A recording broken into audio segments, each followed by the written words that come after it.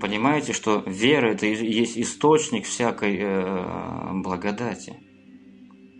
Через молитву человек, когда с верой обращается, молитва почему называется матерью всех добродетелей? Доверяйте Богу. Когда вы будете неустанно просить у Христа, и Он будет видеть вас, что вы верите Ему, как бы там ни случилось, то Господь начнет дивно управлять вами. Ведь это и есть самое главное, это общение с Господом. Но всегда должно быть именно в свете православия, законов, 7 вселенских соборов. Поэтому Господь сейчас вот и поставил церковь, и РПЦ Царская империя с царем и патриархом. И Господь подает нам митрополитов, епископов. Вот Он собирает ту церковь, которая будет хранить чистоту Христову. И которая будет передавать, как апостолы передавали, именно благодать Божию.